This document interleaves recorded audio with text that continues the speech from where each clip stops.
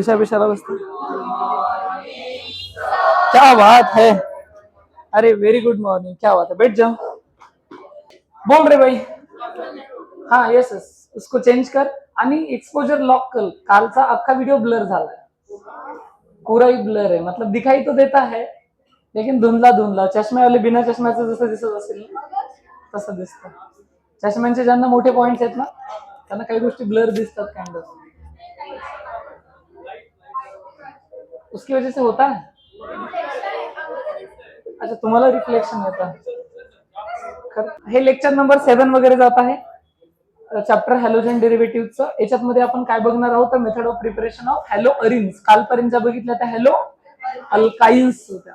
चल तो स्टार्ट करूयात. एक 3 मेथड आहेत, 4-5 क्वेश्चन आहेत, 15 ते 20 मिनिटाचा कॉन्टेंट आहे. तो बरोबर ते लेक्चर व्यवस्थित संपून जाईल, त्याच्यामुळे काय अडचण नाहीये. तो सुरुवात करूयात आजच्या लेक्चरला. ठीक आहे. ओके. तो आजचा दिवस पण खूप महत्वाचा आहे. तो छत्रपती शिवाजी महाराजांची जयंती. तो मेमोरेबल राहील माझ्यासाठी पण कदाचित. हे वाला लेक्चर की ह्या कुर्तीमध्ये रेकॉर्ड केलं होतं याच्यामध्ये नाही का, परत रेकॉर्ड थोडी असं करणार. लेकिन जे पण राहील मेमोरी राहील. दिवस मेमोरेबल तर बनवायचेच आहेत नो डाऊट. प्रोग्राम मध्ये तर आपण बोलणारच आहे ना. खूप साऱ्या महाराजांविषयी काही आपण आदर्श घेतलेत, काही आहे ना त्यांच्याकडून शिकण्यासारख्या गोष्टी आहेत. आपला एवढा मोठा इतिहास आहे. तो लेट इट. आजच्या लेक्चरला सुरुवात करू. 15 ते 20 मिनिटांचे सेशन आहे. हेडिंग आहे preparation of haloarenes. Haloarenes म्हणजे कशावाले रे. बेन्झिनला डायरेक्टली हॅलोजन अटॅच असेल तर त्यांना म्हणायचं हॅलो अरिन्स. ह्यातली पहिली मेथड मला सापडते ज्याच्यामध्ये मी हायड्रोकार्बन्सचा वापर करत असतो. स्पेसिफिकली बेन्झिनचा वापर करत असतो. हायड्रोकार्बन्स मध्ये पण कोण बेन्झिन. तर सोप्या भाषेत फ्रॉम हायड्रोकार्बन नसून फ्रॉम बेन्झिन म्हणलं तरी चालतं. अरे आपल्या सर्वांना आयडिया आहे रे. माझ्याकडे जर एक बेन्झिन रिंग असेल आणि त्याच्यामध्ये जर मला हॅलोजन आणायचा तर काय ह्या प्रोसेसला हॅलोजनेशन म्हणतात. पण तुम्हाला माहित आहे बेन्झिन मध्ये 3 पाय बॉन्ड आहेत, इलेक्ट्रॉन रिच आहे. जर मला याच्यामध्ये हॅलोजन किंवा कुठलाही ग्रुप ऍड करायचा असेल तर त्या ग्रुपवर कुठला चार्ज पाहिजे असतो, पॉझिटिव्ह. आठवली का ती वाली गोष्ट.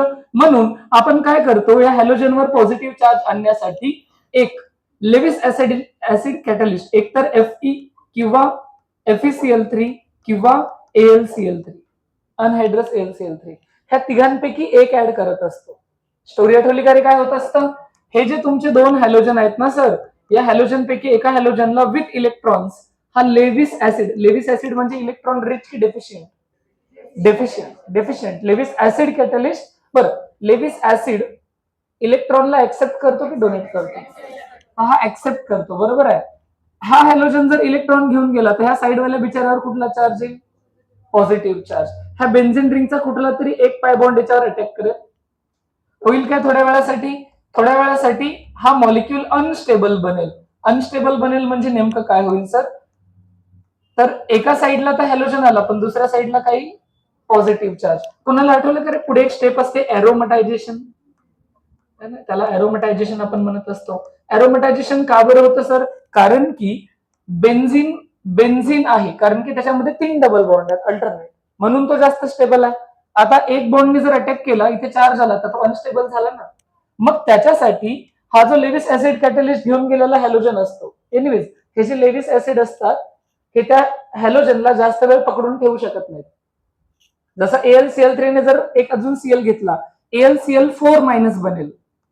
पण असं होतं की अल्युमिनियमची नॅचरल कॅपॅसिटी किती बॉन्ड ठेवण्याची, 3च. तो परत अल्युमिनियम Cl3 मध्ये तुटतो आणि एक Cl- सोडून देतो परत. तर तसंच तो जो एक हॅलोजन बाहेर गेला असेल तो हॅलोजन इथल्या एका हायड्रोजनला अबस्ट्रॅक्ट करतो. इथल्यावाल्या इलेक्ट्रॉन्सची गरज इकडे आहे ते तिथे निघून जातात, परत बॉन्ड बनतो. काय भेटून जाईल आपल्याला भेटून जाईल अशाच तसं परत मॉलिक्यूल एरोमॅटिक झाला आणि इथे हॅलोजन येऊन गेला. बरं तुम्ही नोट करताय. मला सांगा हे इलेक्ट्रोफिलिक ऍडिशन आहे की सबस्टिट्यूशन आहे. नो डाऊट सबस्टिट्यूशन आहे. का बरं सबस्टिट्यूशन का, जिथे आपला हॅलोजन आलाय तिथला हायड्रोजन काढून पण तर घेतलाय ना, तो ऍड नाही झालाय, तो सबस्टिट्यूट झालाय. काही गोष्ट कळली तुम्हाला. ओके. तर ही वाली रिएक्शन तर ऑलरेडी हायड्रोकार्बन चॅप्टर मध्ये झालेली होती. एखाद्या एरोमॅटिक रिंग बेन्झिन रिंग मध्ये हॅलोजन टाकला in the presence of FeCl3 किंवा AlCl3 तर काय होत असतं, एरोमॅटिक रिंग मध्ये कोण येत असतो, हॅलोजन. असं लक्षात ठेवायचं. रिएक्शनचं नाव हॅलोजिनेशन असं आहे. जमलं का? ही झाली पहिली मेथड ऑफ प्रिपरेशन. ओके, जर तुम्हाला ही मेथड झेपली असेल तर पटापट तुम्ही मला सांगाल का ह्या प्रश्नांची उत्तरं काय आहेत? बघूयात बरं जमेल की नाही. बेन्झिन आहे, बेन्झिन मध्ये Cl2 in the presence of Fe टाकला, क्लोरोबेन्झिन. डायरेक्टच माहिती आहे ना, 2 स्टेप मध्ये थोडी सॉल्व्ह करायचंय. काय होत असतं? क्लोरोबेन्झिन. आणि क्लोरीन कुठेही लिहिला तर फरक नाही पडत, त्याला ब्रांचच नाही. बरं, इथे काय होऊन जाईल? ब्रोमोबेन्झिन. That's it. तोही मेथड आहे की बेन्झिन मध्ये तुम्ही Cl2 किंवा Br2 वगैरे टाकता. I2 वगैरे कमी वापरलं जातं, I2 पण होतं, पण ही मेथड डायरेक्टली वापरत नाही. त्याच्यासाठी काय तर थोड्या वेळात सांगून देतो. ओके, डायरेक्ट टू इन्फ्लुएन्स हा प्रकार ठीक आहे, हा स्लाइड इथे नाही ठेवला तरी चालून जाईल.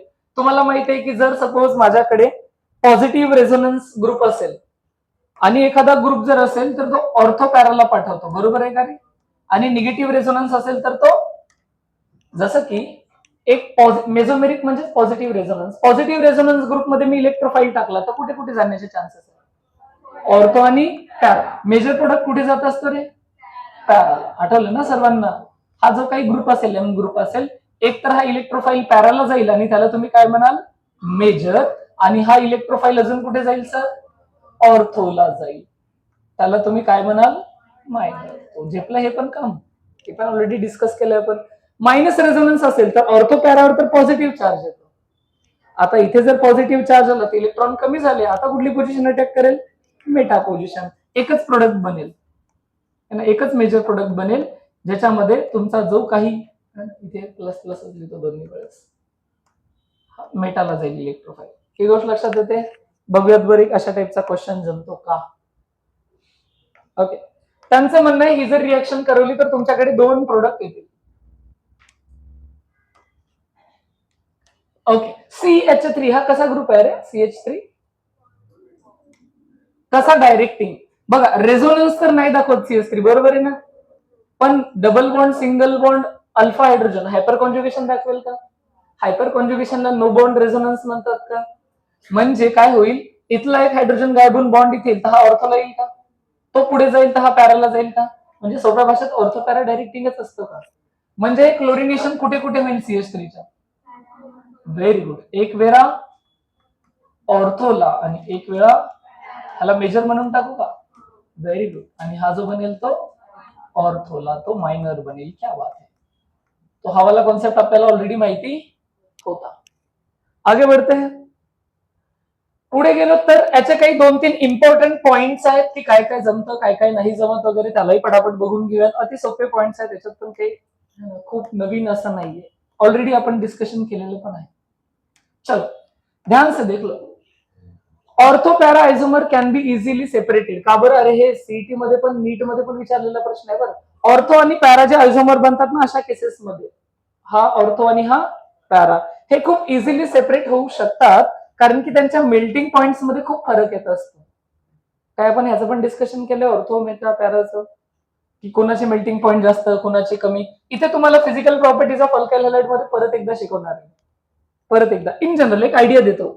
आपण हे वाला तर शिकलेलं आहे की जर सपोज माझ्याकडे एक फिनॉल असेल, त्याच्या ऑर्थोला नायट्रो, ह्याला आपण शिकलं होतं इंट्रा मॉलिक्युलर हायड्रोजन बॉन्डिंग. आठवलं कोणाला तरी? इथे हायड्रोजन बॉन्डिंग होत असते आणि म्हणून याचा बॉइलिंग पॉइंट खूपच कमी असतो, खूपच कमी. बॉइलिंग पॉइंट म्हणजे खूपच कमी असतो लिटरली. आणि हा जर माझ्याकडे पॅरानायट्रोफिनॉल असता तर याच्यामध्ये स्वतःमध्ये हायड्रोजन बॉन्डिंग होऊ शकत नाही. हा नायट्रो आणि हा OH खूप दूर गेला, मग हा नायट्रो दुसऱ्या फिनॉल सोबत बॉन्डिंग करतो आणि हा OH दुसऱ्या नायट्रो सोबत बॉन्डिंग करतो. हे मॉलिक्यूल एकमेकांना पकडून ठेवतात म्हणून त्यांचा बॉइलिंग पॉइंट असतो जास्त, आणि हे स्वतःलाच पकडून ठेवतात, एकमेकांना पकडत नाहीत, म्हणून इझिली वेपराइज होतात, इझिली बॉइल होऊन जातात. सेमच गोष्ट असते फिजिकल प्रॉपर्टीज वाल्या पॉइंट्स मध्ये, परत एकदा एक्सप्लेन करेल. पण एवढं लक्षात ठेवा, इझिली सेपरेट होत असतात.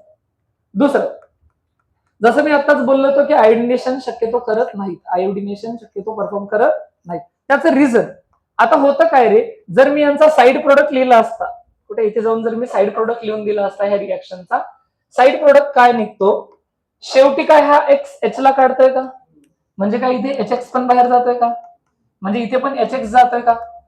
म्हणजे इथे क्लोरीन असेल, इथे क्लोरीन असेल तर इथे HCl निघेल, इथे ब्रोमीन असेल तर इथे HBr निघेल. इथे आयोडीन असेल तर, आणि तुम्हाला माहिती आहे HI हा स्ट्रॉंग रिड्युसिंग एजंट आहे, रिएक्शन रिव्हर्सिबल करतो.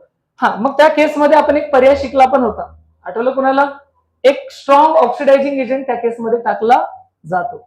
तर आपण HNO3 किंवा HiO4 त्याच्यामध्ये ऍड करत असतो. एकदा परत ह्या पॉइंटसाठी रिएक्शन लिहिली तर, सपोज माझ्याकडे बेन्झिनची रिंग होती, त्याच्यामध्ये मी आयोडीन टाकला in the presence of may be Fe, तर मला एक कोण भेटला?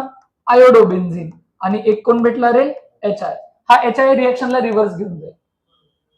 मग ह्या केसमध्ये काय करता तुम्ही? ह्या केसमध्ये जशी रिएक्शन तुम्ही बनवायला, म्हणजे हे दोन मिक्स केले, तुम्ही लगेच त्याच्यामध्ये HNO3 किंवा HiO4 सारखे स्ट्रॉंग ऑक्सिडायझिंग एजंट टाकतात. हे काय करतात? या HI चं कन्व्हर्जन करून टाकतात I2 मध्ये. HI हा स्ट्रॉंग ऍसिड आहे, स्ट्रॉंग रिड्युसिंग एजंट आहे, पण I2 हा काहीच करत नाही. ऑक्सिडायझिंग एजंट ऑक्सिडेशन करतो. मी मागे पण बोललो, इथे आयोडीनची ऑक्सिडेशन स्टेट -1 होती का रे? I2 मध्ये काही झिरो झाली का? लॉस ऑफ इलेक्ट्रॉन झाला का? म्हणजे ऑक्सिडेशन झालं का? असं होत असतं. तो लक्षात राहील. हे पण ऍझर्शन रिझन मध्ये विचारू शकतात. फ्लोरो कंपाऊंडची तर रिएक्शन परफॉर्म केली जात नाही, कारण की हाय रिएक्टिव्हिटी ऑफ फ्लोरीन. जेव्हा फ्लोरीनचा बॉन्ड तुटतो तेव्हा एनर्जी खूप जास्त रिलीज होते, छोटा मोठा ब्लास्ट होऊ शकतो, रिएक्शन वेसल डॅमेज होऊ शकते, किंवा खूप एक्झोथर्मिक रिएक्शन आहे म्हणून परफॉर्म केली जात. जमलं काम? ओके. ही होती आपली पहिली मेथड ऑफ प्रिपरेशन आणि त्याचे इम्पॉर्टंट पॉइंट्स. दुसरी मेथड ऑफ प्रिपरेशन पण आपली, मला वाटतं डिस्कशन मध्ये झालेली आहे. डायझोनियम सॉल्ट हा शब्द ऐकलाय? डायझोनियम. अच्छा, सँडमेयर रिएक्शन, तर सँडमेयर रिएक्शन हायड्रोकार्बन्स. चलो ठीक आहे. दुसरी मेथड असते नेम रिएक्शन. याला काय म्हणतात सर? सँडमेयर्स रिएक्शन. बोर्ड साठी VINP म्हणलं तरी चालेल. खूपच जास्त important board point of view. काय केलं जातं बघा, आपल्याला शेवटी बनवायचं आहे काय? हॅलो अरिन, म्हणजे बेन्झिन तर पाहिजे. इथे तुम्ही स्टार्टिंग मटेरियल काय घेत असता? अॅनिलीन. अॅनिलीन सर्वांना झेपतो रे. बेन्झिनच्या डोक्यावर काय लावू? NH2. बेन्झिनच्या ना एका पोझिशनला NH2 लावलं तर त्याला म्हणतात अॅनिलीन. आपल्याला एकंदरीत टार्गेट काय करायचंय? NH2 काढायचं आणि क्लोरीन लावायचं, बनेल ना क्लोरोबेन्झिन. पण होतं असं की NH2 हा लिव्हिंग ग्रुप, उलट ह्याची लोन पेअर सिंगल बॉन्ड आणि डबल बॉन्ड हे कशामध्ये आहे? रेझोनन्स मध्ये आहे, म्हणजे ह्याची तर रिएक्शन होणारच नाही. मग आपण पहिले याला लिव्हिंग ग्रुप बनवतो. ह्या प्रोसेसचं नाव असतं डायअझोटायझेशन. प्रोसेसचं नाव असतं डायअझोटायझेशन. इथे यस लावतात का? शायद डायअझोटायझेशन नाही, ठीक आहे, हे पण डायअझोटायझेशन म्हणतात. याच्यामध्ये तुम्ही रिएजंट काय टाकू शकता सर? तर एक तर तुम्हाला असं लिहून येत असतं HNO3 म्हणतो, सॉरी, HNO2. एक ऑप्शन येत असतो सीधा सीधा. जर हा नाही आला तर दुसरा ऑप्शन तुमच्याकडे येत असतो NaNO2 in the presence of HCl. Actually तुम्ही हे टाकलं काय आणि हे टाकलं काय, दोघांचा अर्थ एकच आहे. कसा अर्थ एकच आहे सर? परत एकदा सांगा रे मला, सांगा NaNO2 कसा तुटेल? Na+NO2 आणि HCl कसा तुटेल? H+. काय हा Na+ आणि Cl- NaCl निघून जातील, जो उरेल तो HNO2 उरेल का? एकूण एकच आहे. हे जरी टाकलं तर बनत असतं HNO2. ह्याचं मेकॅनिझम वगैरे काही लोड घ्यायचा नाही. लक्षात ठेवा, हे किंवा हे या दोघांपैकी एक जर एरोवर दिसलं, हे किंवा हे, तर सरळ कार्बनच्या चेन मध्ये जिथे NH2 अवेलेबल असेल त्याचा N2+ बनवायचा. त्याचा बनवायचा N2+. मेकॅनिझम कॉम्प्लिकेटेड आहे, आपण उगाच डोकं खराब करून काही अर्थ नाही, मेकॅनिझमवर प्रश्न येत नाही. N2+. जर Cl असेल तर याच्या शेजारी Cl- लिहायचा. फक्त हेच असेल, Clच नसेल तर फक्त N2+ करून सोडून द्यायचं. एकंदरीत हा N2+ म्हणजे कसा झालेला असतो तो परत एकदा सांगतो. N2+ म्हणजे असं झालेलं आहे N, आणि इकडे होती आपली बेन्झिन रिंग किंवा खाली. मला पहिले तर हे सांगा, पॉझिटिव्ह चार्ज कॉर्नरच्या नायट्रोजनवर आहे की मधल्यावर? थोडासा कॉमन सेन्स. मधल्यावर, कारण की नायट्रोजन किती बॉन्ड बनवतो रे? इथे किती झाले? त्यातला एक बॉन्ड कोऑर्डिनेट टाइपचा असतो, म्हणून याच्यावर कुठला चार्ज येत असतो? पॉझिटिव्ह. तर त्याच्या साईडला लिहितात, पण टेक्निकली तो मध्ये असतो. आता याच्याजवळ लोन पेअर उरली असेल का? नाही, लोन पेअर उरलेली नाही. हे 3 बॉन्ड होते, त्याचे 3 व्हॅलेन्स इलेक्ट्रॉन्स, आणि हे तर दोन्ही त्याने देऊन टाकले, म्हणजे लोन पेअरच दिलेली असते कोऑर्डिनेट बॉन्ड मध्ये. आता लोन पेअर उरली नाही तर रेझोनन्स मध्ये वरून त्याच्यावर पॉझिटिव्ह चार्ज आहे, तो खूप चांगला लिव्हिंग ग्रुप असतो, व्हेरी गुड लिव्हिंग ग्रुप. जो NH2 रेझोनन्स मुळे निघूनच जात नव्हता, आता तुम्ही त्याला कशात कन्वर्ट केलं, खूप चांगला लिव्हिंग ग्रुप मध्ये कन्वर्ट केलं. आता तुमच्याकडे ऑप्शन असतात, आता तुमच्याकडे 2-3 ऑप्शन आहेत. हे सर्व सँडमेर रिएक्शनचा पार्ट आहे. इथून पुढची सँडमेर रिएक्शन आहे, हे डायझोटायझेशन ऑफिशियली एक स्टेप आहे. इथून पुढची असणार आहे सँडमेर रिएक्शन. जर सपोज तुम्हाला Cl आणायचा तर तुम्ही काय करता, CuCl2 in the presence of HCl टाकता. काहीच नाही, एवढं लक्षात ठेवायचं. हा Cl मायनस देतो आणि N2 निघून जातो. इथे काय बनेल, क्लोरोबेन्झिन, आणि बाहेर कोण गेला, N2 गेला. बरोबर आहे. ओके. जर तुम्हाला ब्रोमीन आणायचं, ब्रोमीन, तर तुम्ही काय करता, तुम्ही टाकता याच्यात CuBr2 in the presence of HBr. लक्षात द्या, कोणी ब्रोमीन येईल आणि N2 जाईल. पण हे लक्षात ठेवा सर, याच्यामध्ये आयोडीन आणत नाही.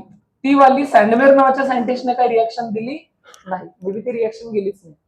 हा, एक याच्यामध्ये त्यांनी अजून प्रयोग केला सँडमेरने, CuCN in the presence of HCN टाकलं होतं. मला सांगा, CuCl2 ने काय दिला, Cl, CuBr2 ने काय दिला, Br, तर CuCN काय देईल, Cn मायनस, Cu प्लस आणि Cn येतो आणि N2 जातो. झेपलंय का? ह्या रिएक्शनला बोर्ड मध्ये आली तर सर आम्ही काय काय लिहायचं, कुठलंही एक लिहा, फरक पडत, फक्त Cl लिहा, फक्त Br लिहा, किंवा फक्त काही नसेल तर जनरल फॉर्म मध्ये असं लिहायचं, CuH2HX. अरे बरोबर आहे का? तर 3 गोष्टी चालतात. यायचं हे ठीक आहे, स्पेशल नोट लिहून देईल. झेपलंय का? जनरल फॉर्म मधलं कळालंय का? ऍनिलीन मध्ये जर NaNO2HCl टाकला, अजून एक लक्षात ठेवा, ही रिएक्शन पहिली स्टेप खूप एक्झोथर्मिक असते, म्हणून इथे जे टेम्परेचर असतं ते 0 to 5 डिग्री सेल्सिअस ठेवलेलं असतं. लो टेम्परेचर झालं ना, ते रूम टेम्परेचरच 25 आहे, म्हणजे ही जी रिएक्शन जिथे परफॉर्म करायची त्याच्या आजूबाजूला बर्फ बिर्फ टाकावा लागतो, त्या भांड्याच्या बाजूला. भांड थंड असलेलं पाहिजे. हा, भांड इन द सेन्स जो काही रिएक्शन वेसल असेल, राऊंड बॉटम फ्लास्क. ओके, ह्याचा बनत असतो डायझोनियम सॉल्ट. डायझोनियम सॉल्ट मध्ये Cu2H2 किंवा CuH2 टाकला in the presence of HX, तर आपल्याला काय होतं, बेन्झिनला X येतो, बाहेर कोण जातो, N2. सर्वांमध्ये गेला ना N2, लक्षात आलंय? इथून ही जी पहिली स्टेप होती त्याला आपण काय म्हणलंय, डायझोटायझेशन. इथून एवढंच म्हणजे सँडमेर रिएक्शन असते, सँडमेयर रिएक्शन. तू काय म्हणणार रे बाबा, काही नाव वाचू नको, ढगातून श्राप देईल, आधीच कर्म खराब आहे. ओके, सँडमेर रिएक्शन, एवढाच पार्ट सँडमेर रिएक्शन असतो, अख्खं म्हणजे सँडमेर रिएक्शन नाही. पण डायझोनियम सॉल्ट हे खूप रिएक्टिव्ह असतात, ते लॅबमध्ये रेडीमेड बनवून ठेवलेले नसतात, म्हणून ते ऍनिलीन पासून वेळेवरतीच बनवावे लागतात, ही गोष्ट लक्षात ठेवा. चलो, तो इसको करते हैं एडजस्ट भाई. हे डब्ल्यू मध्ये जे आहे ते ऑफिशियली सँडमेर. का बरं मी त्याला स्पेशल डब्ल्यू केलाय, VIMP लावलं वरती बोर्ड मध्ये लिहायला. पहिली स्टेप नाही लिहिली तरी फरक पडत, इथून पुढचं मात्र व्यवस्थित लिहायचं. झेपले सँडमेर रिएक्शन. याला काय वाचायचं, ह्याला वाचायचं बेन्झिनचा diazonium salt, benzene diazonium salt, benzene diazonium salt, ह्याला वाचायचं. अरे झेपली रिएक्शन सर्वांना? ओके, चल आगे बढ़ते हैं. सँडमेरची चोरी केली आहे का सायंटिस्टने, सँडमेर रिएक्शनची चोरी, चोरी चोरी असा शब्द वापरणं बरोबर नाही, ऑन कॅमेरा तर जरा पण बरोबर नाही आहे ना. ओके, पण ते कुठल्या देशातले असतील, त्यांचे वंशज येऊन भेटतील मला, असं नाही. अच्छा, मग त्यांना कळणारच नाही. चल, गॅटरमॅन. अरे बेसिकली चोरी का म्हणतोय, गॅटरमॅनला कळालं की यांनी काय केलं, याच्या पण नावाला काय म्हणतो का, एक तर मी रंग पण वेगळा नावाला, एकाच रंगात लिहिलं रे बाबा.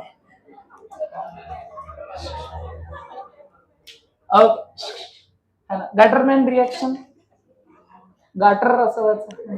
ओके, गॅटरमॅन रिएक्शन काय करते, अरे बघा, सँडमेर भाईसाहेबने काय केलं होतं, सँडमेरने ऍनिलीनच घेतला, ह्याने पण ऍनिलीन घेतला, त्याच्यापासून काय बनवला, डायझोनियम सॉल्ट बनवला, ह्याने पण बनवला. त्याने बघितलं, गॅटरमॅन सायंटिस्टने बघितलं की मी जर CuCl2HCl टाकलं तर सीएल येतोय. त्यांनी काय केलं, CuCl2 ऐवजी फक्त कॉपरच्या प्रेझेन्स मध्येच सीएल टाकलं. इथं सरासर चोरीच आहे ना. तुम्ही पुढच्याच बघून तसंच ते लिहिता, थोडेसे चेंजेस करून. फक्त पहिला पॉईंट दुसरा, दुसरा पॉईंट पहिला तर करता. मुद्दाम as it is copy alternate म्हणून मुद्दाम एखाद्या जागी चुकीचं लिहिता, खाडाखोड करता. असंच झालं ना. पण ठीक आहे, अभ्यास आहे, प्रयोग केलाय, सोपं नाहीये. त्यांनी काय केलं, CuCl2 ऐवजी फक्त कॉपरच्या प्रेझेन्स मध्ये सीएल टाकला आणि रिएक्शन झाली. सीएल इथून आला आणि N2 निघून गेला. ह्या रिएक्शनला काय म्हणतात, गॅटरमॅन रिएक्शन म्हणतात. तो गॅटरमॅन रिएक्शन काय आहे आपण व्यवस्थित लिहिली तर, आपल्याकडे बेन्झिनचा डायझोनियम सॉल्ट असतो N2 प्लस. याच्यामध्ये ह्यांनी काय दोन ऑप्शन टाकले, जर क्लोरीन आणायचं तर Cu in the presence of HCl टाका, Cl आईंगा आणि नायट्रोजन जाईंगा. तो असं काहीतरी होऊन जातं. इथे Cl येतो आणि नायट्रोजन जातो. जर तुम्हाला ब्रोमीन आणायचं असेल तर तुम्ही Cu in the presence of HBr टाका, ब्रोमीन आईंगा आणि N2 जाईंगा. तो अशी रिएक्शन होत असते. ह्या रिएक्शनला काय म्हणतात, गॅटरमॅन रिएक्शन. गॅटरमॅन रिएक्शन है ना, जानबूझ के असं प्रोनाउन्सिएशन मत करो, है ना, नरकात पण जागा भेटणार नाही. Okay okay. एक रिएक्शन ज्याचं नाव लक्षात ठेवणं मस्ट नाहीये, टेक्स्टबुक मध्ये दिलेलं नाहीये. रिएक्शनचं नाव आहे बाल शायमॅन रिएक्शन. दोन सायंटिस्ट आहेत ज्यांनी मिळून ही रिएक्शन बनवलेली आहे. एक गोष्ट नोटीस केली का, की सँडमेर रिएक्शन मध्ये आयोडीन आणायचा चान्स नव्हता, गॅटरमॅन मध्ये पण आयोडीन आणायचा चान्स नव्हता, तसंच फ्लोरीन आणायचा पण चान्स नव्हता.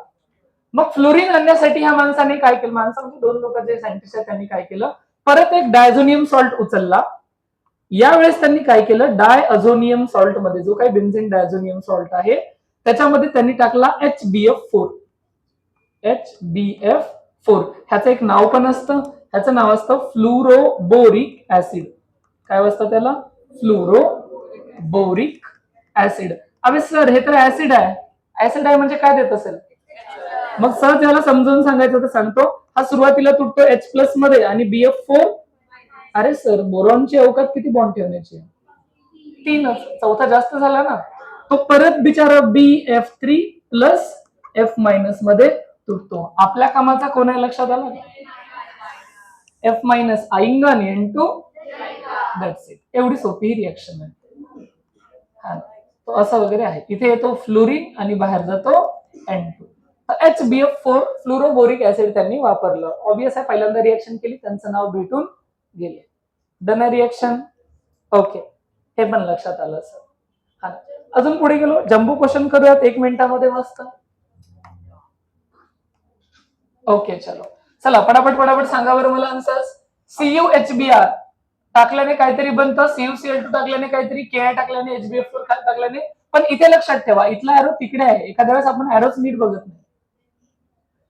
PHNH2 म्हणजे एनिलीन आहे का, इथे काय डायझोनियम सॉल्ट बनेल का, म्हणजे काय होईल, PHN2 प्लस. खरे का रे, CuHbr कुठली रिएक्शन हे पण सांगा, गॅटरमॅन रिएक्शन. पीएच च्या शेजारी कोणी, ब्रोमीन येईल, बाहेर गेलेलं जाऊ द्या. CuCl2HCl सँडमेर रिएक्शन काय होऊन जाईल, बरोबर आहे. ओके, अच्छा आयोडीनचं तेवढं लक्षात ठेवा, आयोडीन हा कुठल्याच नेम रिएक्शन मध्ये येत नाही आणि आयोडीनला कॉपर आयोडाईड टाकायची गरज नाही. तुम्ही सिंपल Ki टाका, आयोडीनची साईज खूप मोठी आहे, तो इझिली I- मध्ये तुटतो, I- आईंगा आणि N2. जर आयोडिनेशन करायचं तर तुम्ही Ki वापरत असता. Ki ही ऑफिशियली कुठली नेम रिएक्शन नाही. ओके, HbF4 बाल शेमॅन रिएक्शन म्हणतात का रे, पीएच च्या शेजारी कोण येणार, फ्लोरीन. सर्व रिएक्शनचं एकत्र रिव्हिजन झालं का. ओके, ती गॅटरमॅन झाली, हा ना, ही झाली आपली सँडमेअर, ही झाली बाल शेमॅन रिएक्शन. हे सर्व डायझोनियम सॉल्ट पासून बनवायच्या प्रोसेस आहेत. डायझोनियम सॉल्ट काय करतात, की बेन्झिनच्या पुढे जर NH2 असेल, आणि एनिवेज हे पण लक्षात ठेवा, बेन्झिनच नाही, साध्या कार्बनच्या पुढे जरी NH2 असेल ना, त्याच्यात हे टाकलं तर त्याचा डायझोनियमच बनत असतो. म्हणजे सहज मी तुम्हाला उगाच असं काहीतरी दिलं, CH3 NH2 मध्ये जर मी HNO2 टाकला तर काय करायचं, NH2 चं कन्व्हर्जन N2+ मध्ये करायचं. तो खूप चांगला लिव्हिंग ग्रुप असतो. अमाइन्स नावाच्या चॅप्टर मध्ये जास्तच डिटेलमध्ये शिकायचं आहे. ओके, आता हे तर तिकडे बसणार नाही, पण आपण अगेन एनसीईआरटीचे क्वेश्चन आहेत, 2 मिनिटांमध्ये सॉल्व्ह करून टाकू. हे क्वेश्चन मी परत लिहितो तिकडे दिसण्यासाठी त्याच्यामध्ये ना. ओके, पहिला जो क्वेश्चन आहे त्यांनी असं दिलंय की आपल्याकडे एक मस्त बेन्झिन रिंग दिलेली आहे. अच्छा पहले तो इसको ब्लैक कर दे क्या बैकग्राउंड. चलो, तो ही बेन्झिन रिंग आहे, डायरेक्ट असे काढून टाकू आता शॉर्टकट. इथे त्यांनी मुद्दाम काय केलंय, सी डबल बॉन्ड सी, इथे एच, इथे एच, इथे पण एच, याच्यामध्ये टाकलाय HBr. सभी लोग बता पाएंगे की अरे काय होईल सर, रिएक्शन होईल म्हणू नको. चाललो मी सोडून. हा व्हेरी गुड. हा ओके, असं तरी मन मार्कोनी करू लागेल किंवा काही होईल. रिएक्शन होईल म्हणजे काय, H प्लस आणि Br मायनस. हा डबल बॉन्ड H प्लस वर अटॅक करेल का, पॉझिटिव्ह चार्ज लेफ्ट वाल्या कार्बनवर बनेल, कारण की तो बेन्झिन रिंगचा रेझोनन्स स्टॅबिलायझर आहे. ओके, आणि मग आपला आन्सर जे असेल ते असं काहीतरी येईल. ही जी बेन्झिन रिंग असेल इथूनच जोडला होता इथून, ह्या CH ला कोण येऊन जाईल, Br, आणि याचा ऑफिशियल येऊन जाईल CH3, कारण की दोन ऑलरेडी होते.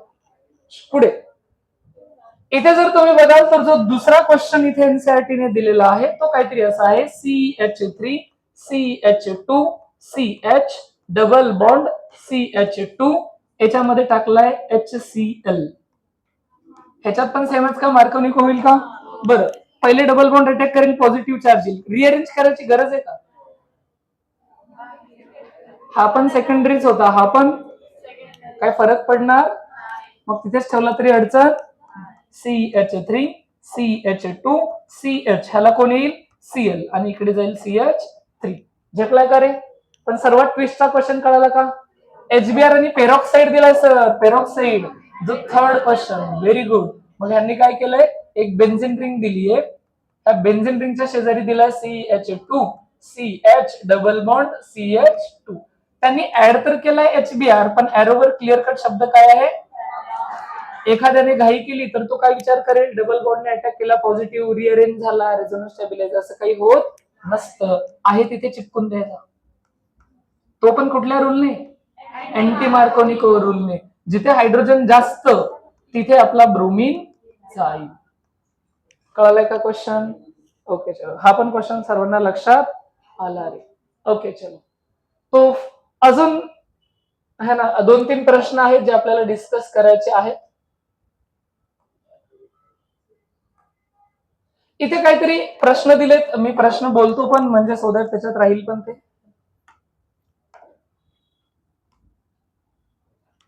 ओके, किंवा सरळ आन्सर म्हणूनच मी त्यांचे करेक्ट हे लिहून टाकतो. क्वेश्चन काहीतरी आहे 6.2, त्याला आपण वाचूया तरी. त्याचं काय आहे, why sulphuric acid is not use during reaction of alcohol with KI. Combine question आहेत फक्त, मेथड ऑफ प्रिपरेशनच नाही. त्यांचं म्हणणं आहे की तुम्ही जेव्हा अल्कोहोलची रिएक्शन करत असता कशासोबत, KI सोबत, बरोबर ना, तर याच्यामध्ये H2SO4 हे का ऍड करत नाही. आता पहिली गोष्ट तुम्ही एक गोष्ट नोटीस कराल, आपल्याला इथे एक्सपेक्टेड काय असेल, why sulphuric acid is not doing reaction of alcohol with KI. हे दोघं स्वतः रिॲक्ट होतील का आधी, बरोबर आहे ना. ओके, काय काय होईल रे, के प्लस मध्ये तुटतं, आयडीन मायनस, आणि SO4 मायनस मध्ये काय, हे K2SO4 बनवतील. ओके, H आणि I काय बनवतील, HI. आपल्याला माहिती आहे HI चा प्रॉब्लेम, हा स्ट्रॉंग ऍसिड आहे, तुम्हाला जी रिएक्शन करायची तो त्याला काय करेल, रिव्हर्स करेल. हा can reverse the reaction, reverse the reaction. म्हणून के सोबत H2SO4 टाकून काही फायदा, अल्टिमेटली बनणार HIच आहे, आणि HI हा रिव्हर्स रिएक्शन करू शकतो, बरोबर आहे. ओके, 6.3 वाचा बरं. Write structures of different dihalogen derivative of propane. हा आपण केलाय नोटबुक मध्ये. प्रोपेनचे डायहॅलोजन डेरिव्हेटिव्ह बनवायचे, एक असा बनवू का, एक झाला. ओके, अजून काय करू शकतो, दोन्ही लेफ्टला लिहिण्यात तर काय अर्थच नाही. ओके, एक या कोपऱ्यात काढतो, एक त्या कोपऱ्यात काढतो, दूरदूरवाल्या पॉसिबिलिटी संपल्या का. ओके, ही विसिनल ही आयसोलेटेड, बरोबर आहे का. ओके, आता काय उरलं, जेमिनल. जेमिनल मध्ये असं करू का, दोन्ही कोपऱ्यातच लावू का, जेमिनल मध्ये असं पण करू का की दोघे मध्येच लावू का, याच्या व्यतिरिक्त काय शक्य वाटते का, शक्यच नाही. तो किती पॉसिबल आहे, टोटल 4. ओके, 6.4 हा क्वेश्चन वाचून पण सॉल्व्ह करूया. Among isomeric alkanes of molecular formula C5H12, identify the one on photochemical chlorination yield single mono. पहिले तर बघा C5H12 चे आयझोमर काढायचे शिकवले का तुम्हाला? ओके, C5H12 चे आयझोमर काढायचे. पहिला काय सरळ रेषेत असेल. ओके, त्याच्यानंतर 4 कार्बन आणि 1 ब्रांच. अजून काय करू शकतो का? हा इथे पाठवला तरी एकच राहिला, म्हणजे पॉसिबिलिटी संपल्या. आता अजून कमी केलं, 3च उरले. कॉर्नरला 1 जरी लावला तर 4 होईल, म्हणजे दोन्हीचे दोन्ही लावावे लागतील, म्हणजे 3च पॉसिबिलिटी आहेत. आता या 3 मधून सांगा फक्त मोनोक्लोरिनेशन कुणाचं होऊ शकतं? एबीसी नाव देऊया, ए बी सी. फक्त मोनोक्लोरिनेशन म्हणजे एकच मोनोहॅलोजन डेरिव्हेटिव्ह बनण्याचा चान्स आहे सीचा, कारण की मध्ये तर चिपकू शकतच नाही. कॉर्नरला कुठेही लावा, काय फरक पडतो? सेमच तर आहे. ओके चलो, म्हणजे 1चा आन्सर हे आहे, खरे का? ओके, 3 आयझोमेरिक मोनोक्लोराइड्स 3 कुणाचे बनतात? डोळे उघडून बघा. का असं? हा गोळ्या आणि हा गोळ्या सेमच आहे का? है ना? हा ना हा सेमच आहे का? हा तेवढा वेगळा आहे. इथे लावलं तर 1 क्लोरो, इथे लावलं तर 2 क्लोरो, इथे लावलं तर 3 क्लोरो, इथे परत 2 क्लोरो, इथे 1 क्लोरो. त्याचे 3 शक्य आहेत. झेपलं का तुम्हाला?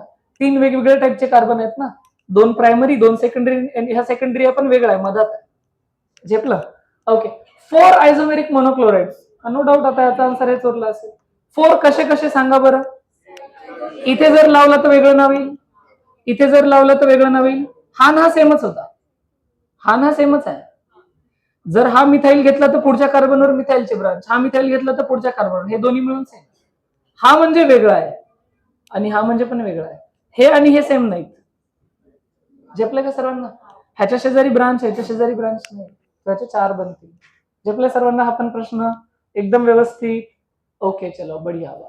तो इथे पण एनसीईआरटीचे काही क्वेश्चन आहेत जे आपण सॉल्व्ह करूयात. हा ना, झटपट पटापट सॉल्व्ह करूयात, बघूयात ते झेपतं की नाही. हे सर्व मला वाटतं आपण हे सर्व आधी सॉल्व्ह केलेत आपण. कुठे? जिथे मी ते स्लाइड्स वरती मोकळे क्वेश्चन घेऊन ठेवले होते ना, हे सर्व तेच होते. हे ऑलरेडी आपण सॉल्व्ह करून टाकलेले आहे.